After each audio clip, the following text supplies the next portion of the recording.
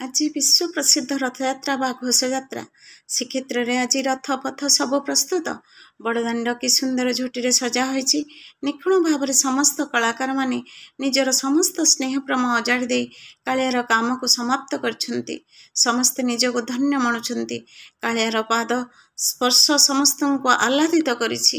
आज अर्थात आषाढ़ मास शुक्ल पक्ष द्वितीय तिथि कालिया शांत समस्त हिंदू अणहिंदू मानक देखा करने 15 दिन पर नवजौवन बेश पर्व को समाप्त कर बड़दाण्ड को ओह्लाई आसवे। आज भाव विनोदियांकर भक्त मान दर्शन देवाई उत्कंठारे कालियार आखि को आज निद नहीं। पंडा पढ़ियांकर से गीत बोलिबार नहीं।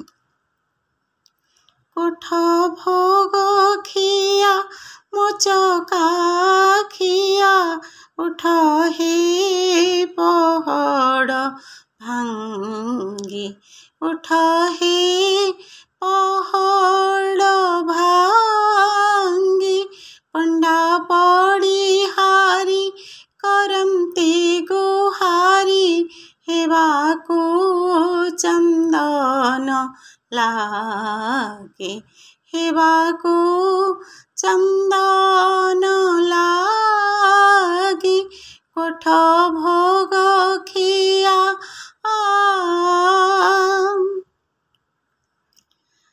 बाईस पाहाच दे पतित पवन को अतिक्रम करी कालिया शांत आम सुना संपत्ति कालिया हाथी झुली झुली आसुचंती।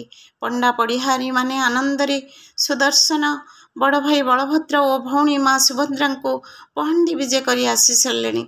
शेष कालियार शांत बलियार भुज महाबाहु पतित पावन को अतिक्रम करी अरुण स्तंभ निकटरे पहुँचले। तांको देखीदेले एक सात्विक आनंद मिलता है। आखिर आनंद अश्रु बोहि जाए। कि सुंदर कमनीय रूप अवर्णनीय सुख दुख संसार रे माया भितरे केते मान अभिमान मनरे रही था। किंतु से सबू भूली जाई कालियार चका आखि को देखिले मनरू अति आदरर गीत बाहरी आसी थाए। मान उधारण कर हे कारण शरण मु तुम्भ पाद तले अनाथर नाथ नीलगिरीनाथ जगन्नाथ नाम नीलाचले मान उधारण। कालिया शांत रथरे निजे विजय करती निजे स्वयं से निजर रथर चालक अटे। तांको किए नहीं पारे। दैतापति मानकर सेवा और भक्ति को सम्मान दे से केवल यही घोषयात्रार आयोजन करिथांती। कि सुंदर रूप पृथ्वी श्रीहरि व श्रीकृष्णंकर रूप अन्य केउठी नहीं।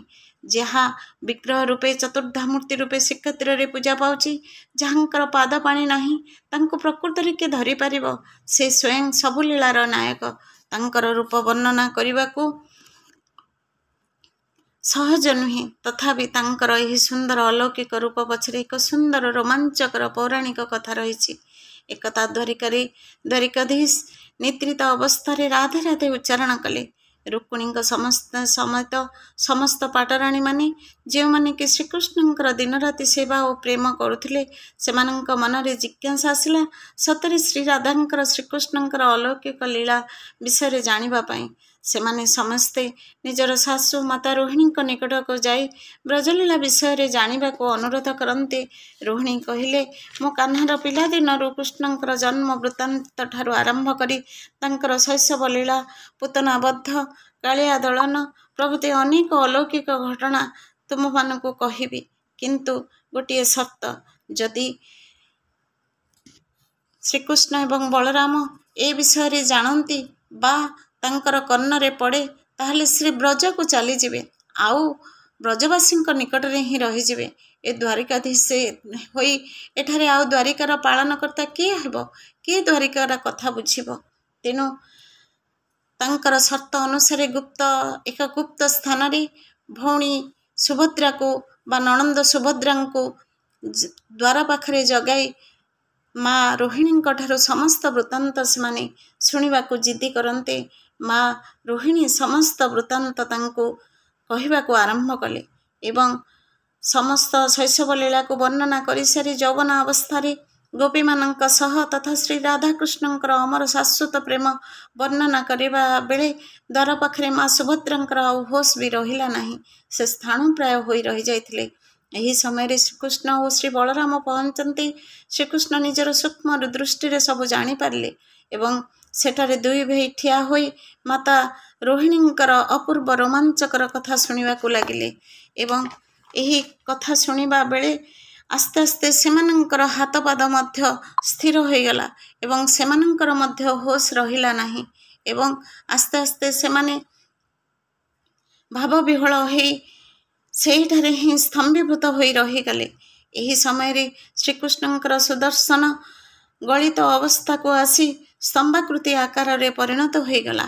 ଶ୍ରୀକୃଷ୍ଣ ଓ ଶ୍ରୀ ବଳରାମ ମା ସୁଭଦ୍ରାଙ୍କର ହାତପାଦ ଆସ୍ତେ ଆସ୍ତେ ଦୃଶ୍ୟମାନ ହେଲା ନାହିଁ। ଏ ଅଲୌକିକ ରୂପକୁ ମୁନିବର ଦେବର୍ଷି ନାରଦ ସେତେବେଳେ ଦେଖିବାକୁ ପାଇଲେ ଏବଂ ଏହା ଦେଖି ସେ ଆଶ୍ଚର୍ଯ୍ୟଚକିତ ହୋଇ ଭାବବିହ୍ୱଳିତ ହୋଇ ସେ ବି କିଛି ସମୟ ପର୍ଯ୍ୟନ୍ତ ବେହୋସ ହୋଇଯାଇ ତନ୍ଦ୍ରାରେ ଚାଲି ଯାଇଥିଲେ।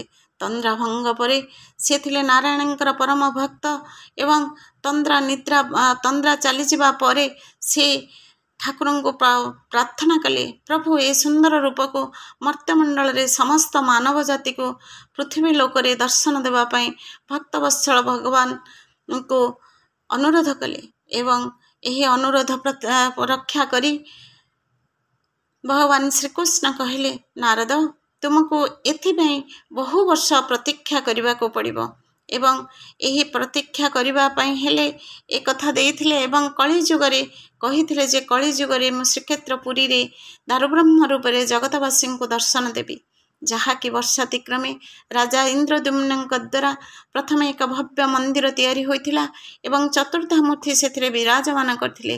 ରାଜା ଇନ୍ଦ୍ରଦ୍ୟୁମ୍ନ କିପରି ବିଗ୍ରହଙ୍କୁ ପ୍ରତିଷ୍ଠା କରିଥିଲେ ଏବଂ କିପରି